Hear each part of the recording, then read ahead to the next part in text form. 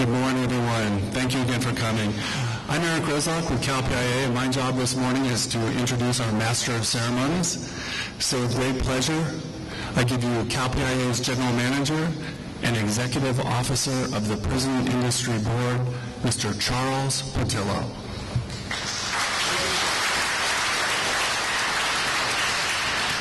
Hi, good morning, everybody. As Eric said, my name is Chuck Patillo. I'm the General Manager of the California Prison Industry Authority, and I'm also the Executive Officer of the Prison Industry Board.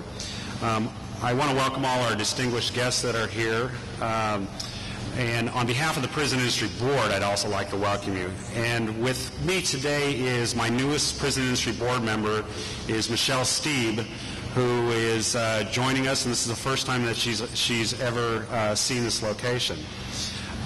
Michelle, if you can raise your hand. So,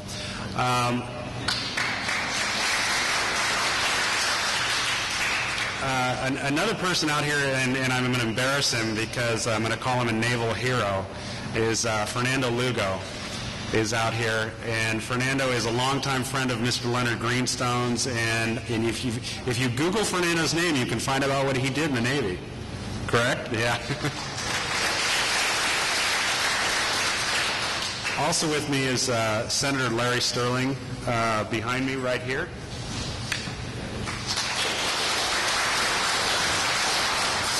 Senator Sterling is one of the authors of the legislation that created CalPIA in 1983 when they were reconstituted from the California Correctional Industries Program.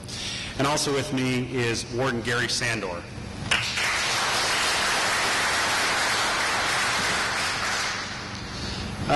I think everybody knows our primary function is to increase the safety of our prisons by offering programs and jobs for inmates that will reduce recidivism, but it's really a calming effect on the prison. Anybody who's been around PIA or an institution that has PIA realizes that the effect that PIA has just on calming the prison. PIA also has the lowest recidivism rate of any program within the California Department of Corrections. However, this program is the lowest recidivism rate of any program in PIA as well as the United States of America.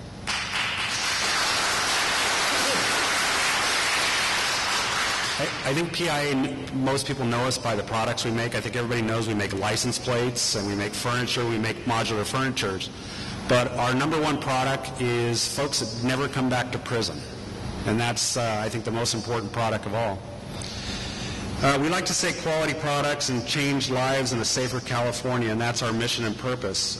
We clearly don't do this by ourselves. I think folks like you out here obviously help with our mission, and you decided to participate and do the hard work. The big difference between you guys here and a couple other, like Fernando and a few other of you that are dive specialists, is you just accomplished something that I'd say a majority of us in the room can't do.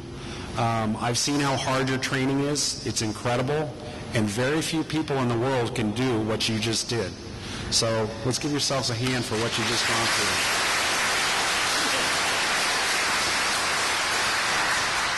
Over 95% of the graduates that come out of here will never come back to prison, so there's about 0.4 of you that may come back to prison, but we're not going to see that happen.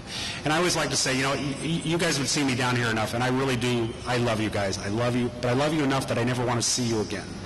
So can you make me that promise that you'll never come back again? Correct?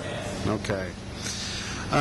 Each of you that doesn't come back, it's about $42,000 a year. So the class that's standing in front of me right now is a $550,000 general fund savings to the state of California. That's nearly double what it cost me to run this program. So this is a money saver. So we should be replicating this program all throughout the state. The savings don't include court costs, police costs. It doesn't cost the cost of the families. And, I mentioned the hard work that you do and the commitment that you've done. But I want to be very frank. We all owe our success in this program to one person, and it's Leonard Greenstone.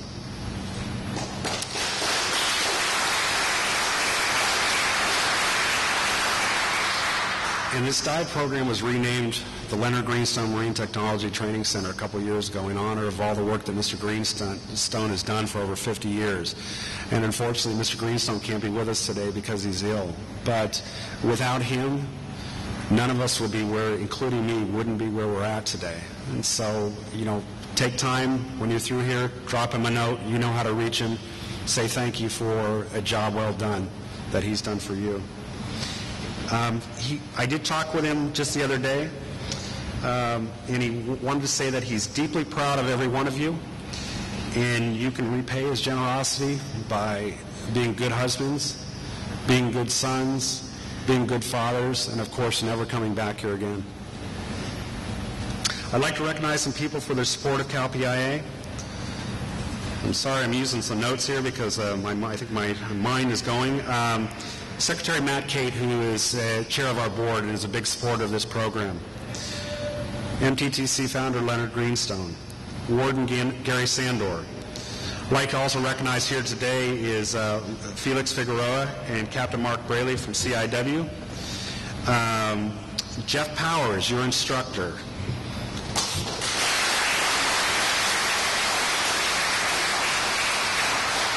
Mr. J, of course, Fred Johnson. Desiree Monterez, Joshua Bayer.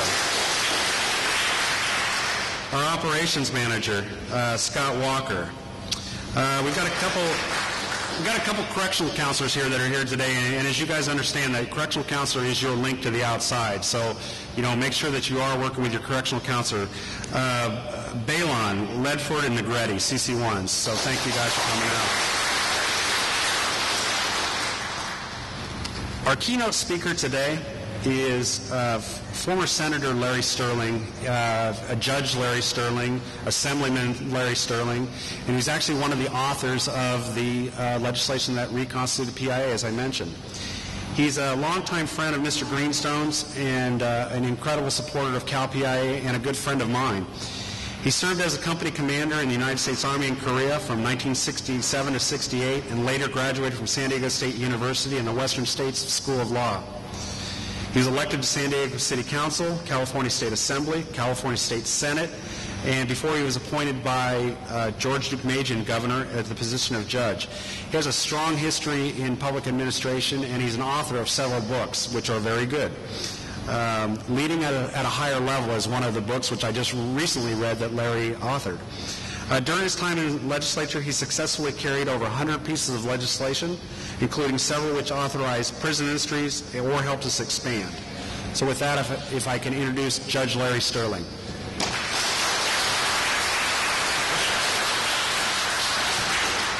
Good morning, graduates, and congratulations to you, and to friends and family of the graduates. Congratulations to you for your support and your love during their program here. I come today only to represent Mr. Greenstone, and so he asked me specifically this weekend in the hospital to come here today and to address the graduates and to thank them for their incredible courage and strength and self-discipline to get through the program. And he said, but I want you to understand this. I want you to be more than good divers. I want you to be good citizens in the future. So that was his prayer for you.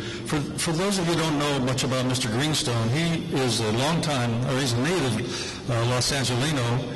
But as a young man, as a plumber, he joined the United States Navy just before the Pearl Harbor attack and was sent to Pearl Harbor as a cook. And I wouldn't eat anything he cooked because that's not his great skill. His great skill is other courageous things. But while he was in Pearl Harbor, one of the officers there discovered that he had been a plumber. And so they needed him on the dive rafts that were supporting the hard hat divers that went down into Pearl Harbor underwater to save the guys that were trapped in the ships that had been bombed there. And they were able to save a bunch of them, but a bunch of others they were not able to. And then their job, of course, was to clear out the harbor so that the rest of the war of Pearl Harbor would be usable by the U.S. Navy. During his time there, he did several combat invasions of various areas of New Guinea, has several combat stars in his decorations, but he was one of the original guys who went on the beach at night to clear out any obstruction so that the next day when the Marines or the Army hit the beach, that there would be less obstruction. Can you imagine going in the night before in the dark in a combat zone and trying to clean out those beaches? Well, that's the kind of guy he was. But you may also not know how he got involved in the prison industry program. As a young man, he and his wife visited San Francisco, and with their yacht, of course, and they needed to buy some groceries, and the grocery store would not approve Mrs. Greenstone's check in those days unless she had a local, somebody locally to corroborate from. Well, the closest friend they had was a cousin who worked at the Folsom prison. And so, San Quentin prison.